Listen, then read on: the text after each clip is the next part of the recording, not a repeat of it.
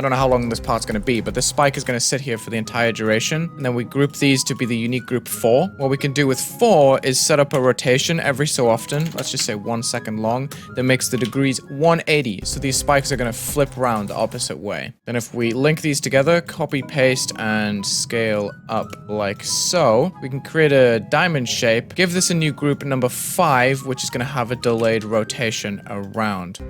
Boom. So there's a bit of a switch up there.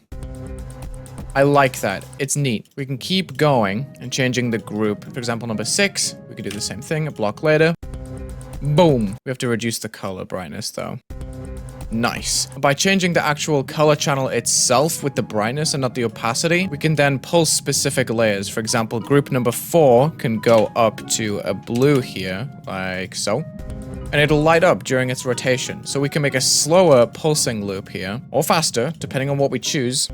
So it rotates and the pulses are kind of out of sync with it. Gotta figure this out. Here. So you can see the difference, right? What I'm going to do for now is just set up these triggers to be in vertical lines. I'm also going to just layer them so I can select them more easily and kind of just house them in the same place. We just got to finish our setup of making a bunch of layers of these spikes with different identifying groups every time. If we do this layer, we have 10 and the final group is going to be 13. So let's just keep going up the line and just increasing that group every single time. Same thing with the pulse triggers like so. If I select the bottom trigger here and set it to be the group parent, when I select this entire set and rotate it, we can make them go one after the other. If I just turn on the effect lines, you'll see that they're spreading out here. So I can make the pulse trigger loop longer and make the stack of rotation triggers a little bit shorter just by setting the bottom one a group parent again, rotating like this. Then let's select the entire thing, give that a group 14. We're going to create a starting point for the loop, which is going to be on the same line as you can see right here. I'm going to make that activate 14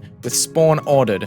And at the end of this line, we'll say right here, just so it has a little bit of breathing room, we're going to activate 14 once again with spawn ordered. We'll make this one spawn and multi-triggered real quick and give that the same group. So 14 starts here. All of these triggers are group 14. We got to make sure they are spawn and multi-triggered. And that means that this trigger will activate all of these ones. Same as the pulse triggers if I set them up the same way. So it starts here, activates every trigger in between, and ends here, where it will just reactivate all of these triggers starting at this point again. So now this is going to start a constant rotation loop, which is going to look super sick. Oh my gosh, I love that color of blue. This is satisfying to scroll through in the editor. I'm sorry.